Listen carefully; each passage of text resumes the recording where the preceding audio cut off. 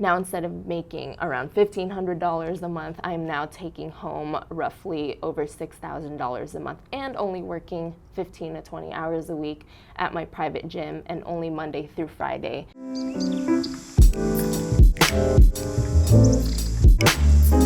Hi everybody, and welcome back to my channel. Today I'm going to talk about my experience with 24-hour fitness and the journey that I took to get there and the journey that I took to get out of there. And although this video is mostly story, I just want to give you guys a little freebie at the end of the video, so look out for that. This freebie is going to show you how I message people on Instagram to train for free to give me paying referrals, which has grown my business tremendously. It's a pretty long story, but just bear with me. I think it has some really great inspirational points for those of you trainers who are looking to get into training but don't know whether to start in a public gym or a private gym. So my story begins with me as a broke college student, and I had just recently gotten out of a job where I did a 3-week stint at. I was selling DirecTV at Walmart's. And if that doesn't tell you anything, the people of Walmart are freaking horrible because they pretty much wear your spirits down. My spirits have been worn down. It came to a point where I was just throwing up and honestly spewing out the other end, to be completely honest. At that point was when my sister and my mom were with me in the bathroom and they were like, "You need to quit." So I quit right away the next day. And I had no backup option. So I went to my local 24-hour fitness to blow off some steam, and I was just working out. And then randomly, one of the guys came over, and I realized that he was one of the managers. And he asked me, "Hey, do you want to work out? Do you want me to show you something really cool?" And I was like, "Okay, sure." So he took me through a really cool workout. I was exhausted by the time we were done. And then he was a really good salesman. He tried to sell me on a 5-session package for $300. And I said, "Hey, I can't, I'm jobless. But thanks for the great workout. I'm gonna head out of here." And I was turning around, he kind of walked back towards me and he was like, "Do you want a job here?" And I said, "Yeah, sure, whatever." So it kind of fell into my lap, luckily, because at that point I just was too tired and kind of giving up on myself. I didn't know if I was hireable. I had just gotten out of UC Irvine with an art degree because I had given up on mechanical engineering. I just thought it wasn't for me, and honestly the classes were just too hard for me, and I think I just wasn't too dedicated to it.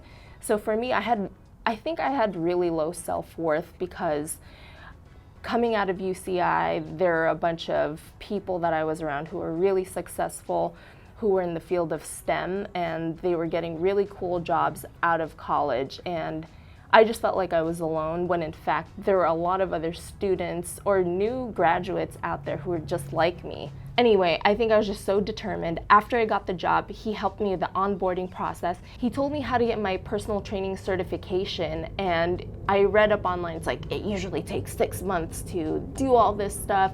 The test is really hard. And then again, I think just my thoughts of self-doubt and low self-worth were saying like, "Oh, I can't do this."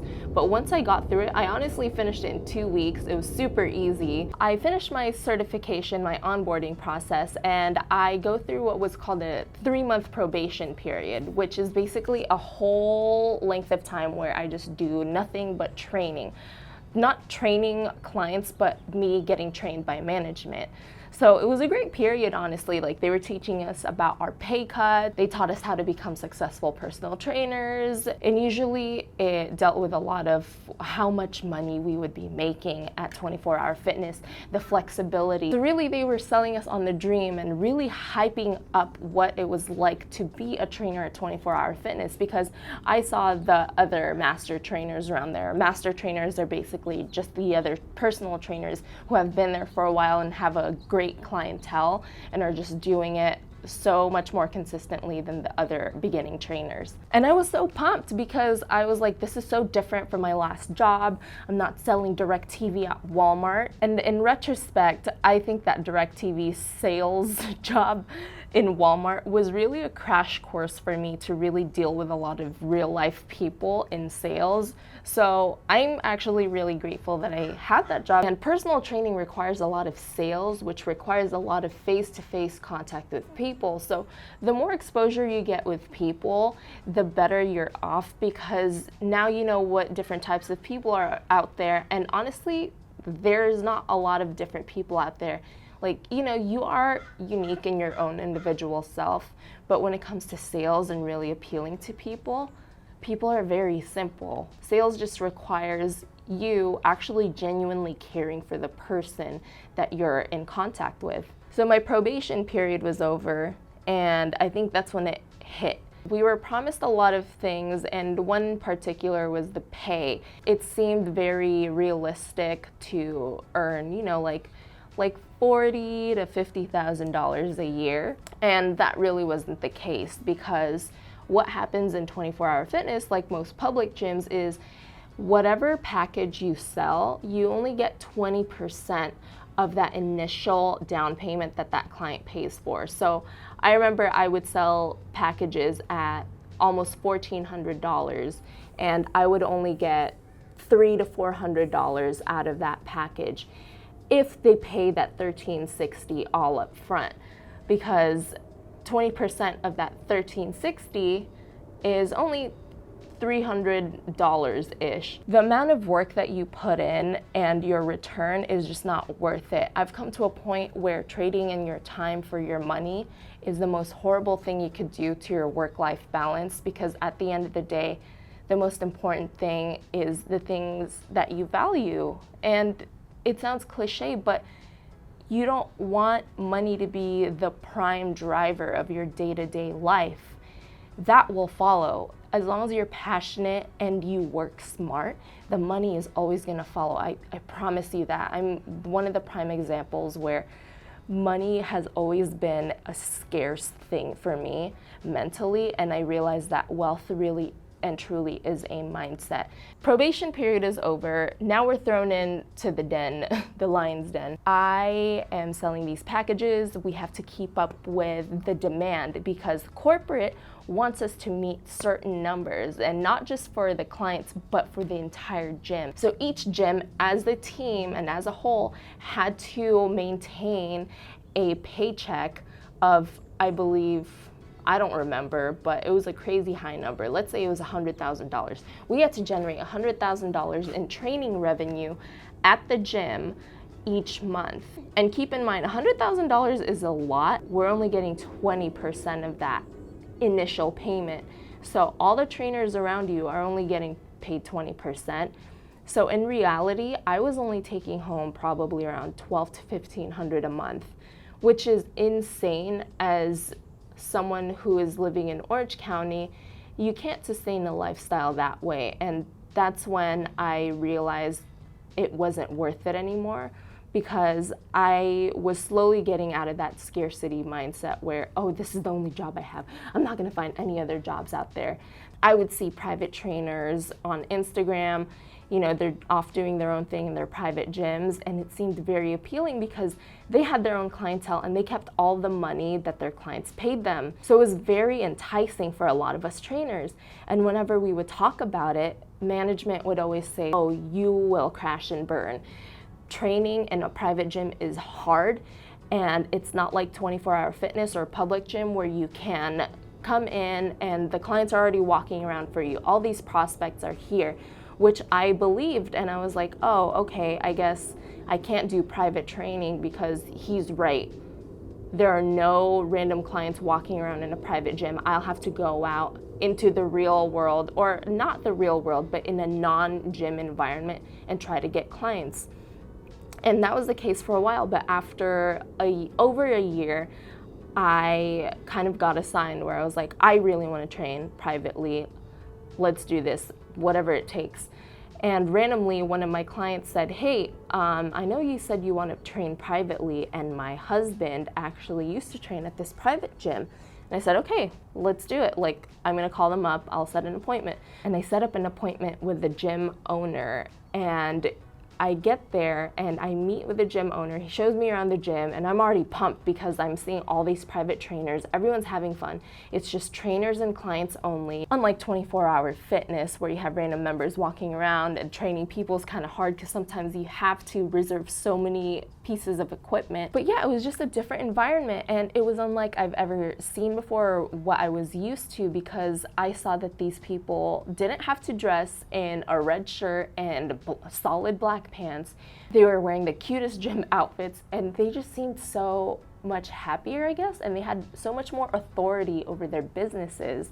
And I knew it had to have come with a cost of not having random prospects walking around.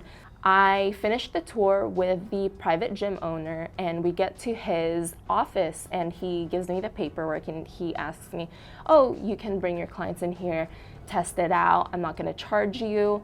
Here's the paperwork. And then I look at his bulletin board that he has up in his office, and I kid you not, there's a picture of my friend on his bulletin board, and she's hula dancing, because my friend does hula dancing. And I was like, that's my friend up there. And he said, oh yeah, like we had a backyard hula party and I hired their dance company. And I was like, this is too much of a coincidence. And he gave me her picture, which is kind of weird, but I was like, okay, cool, I'll take the picture. I think coming out of there, I felt really good. And coming into 24-hour fitness, I would just feel this huge weight on my shoulders every time I would come into work. And I think that is a big sign, you guys, is when you start to feel a heaviness in your chest or a huge weight on your shoulders whenever you come into work. It's time to change something, or it's time to go, because something about it isn't serving you.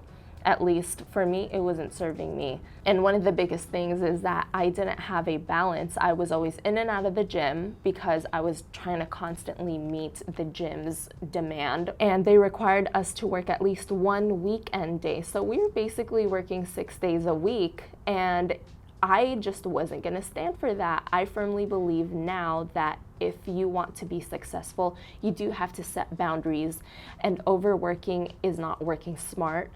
It's actually taking away from your life. And I just value having more time in my life more than overworking. And I stayed there because I thought I could potentially make more connections to benefit my private gym business.